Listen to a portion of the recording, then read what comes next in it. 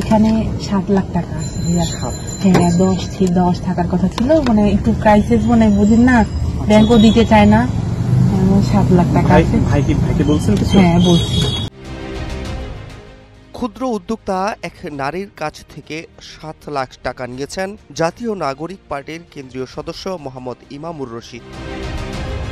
বিএনপির জাতীয় নির্বাহী কমিটির তথ্য ও প্রযুক্তি বিষয়ক সম্পাদক এবং শিক্ষাবিদ ডক্টর AKM ওয়াহিদুজ্জামান 13 জুলাই বিকেলে নিজের ফেসবুক ওয়ালে এনসিপি নেতা ইমামুর রশিদের 7 লাখ টাকা নেওয়ার একটি ভিডিও পোস্ট করেন। ভিডিওটি পোস্ট করার পরপরই তা ভাইরাল হয়ে যায়। ভিডিওর বর্ণনায় AKM ওয়াহিদুজ্জামান লেখেন, এই ভিডিওটির মেটাডাটা বলছে গত 14 মে 2025 রাত 9টা 21 বসুন্ধরা আবাসিক এলাকায় এটি ধারণ করা হয়েছে। এখানে দেখা যাচ্ছে জাতীয় নাগরিক পার্টির কেন্দ্রীয় সদস্য ইমামুর রশিদ ইমন একজন নারীর কাছ থেকে 7 লক্ষ টাকা গ্রহণ করেছেন।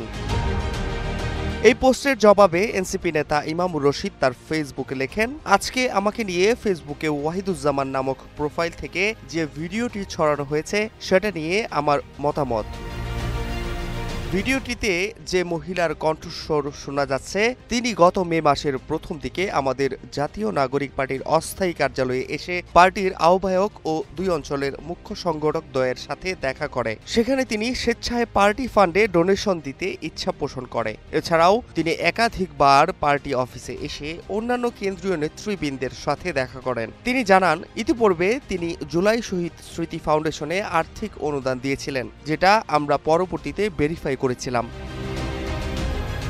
ঘটনাটি যেদিনের সেদিন সন্ধ্যায় সেই মহিলা পার্টি ফান্ডে 10 লক্ষ টাকা দিবে বলে পার্টির পক্ষ থেকে একজনকে পাঠাতে বলে। পার্টির পক্ষ থেকে সেই ফান্ড সংগ্রহের দায়িত্ব আমাকে দেওয়া হয়। আমি আমার দায়িত্বশীলতার জায়গা থেকে ফান্ডটি কালেক্ট করে কোষাধ্যক্ষের কাছে জমা দিই। আমি পার্টির একজন সদস্য হিসেবে শুধুমাত্র আমার উপর অর্পিত দায়িত্ব পালন করেছি, এর বেশি কিছুই নয়।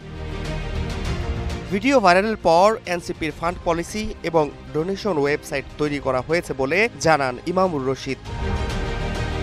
Fahad Shahriar, news desk, global television.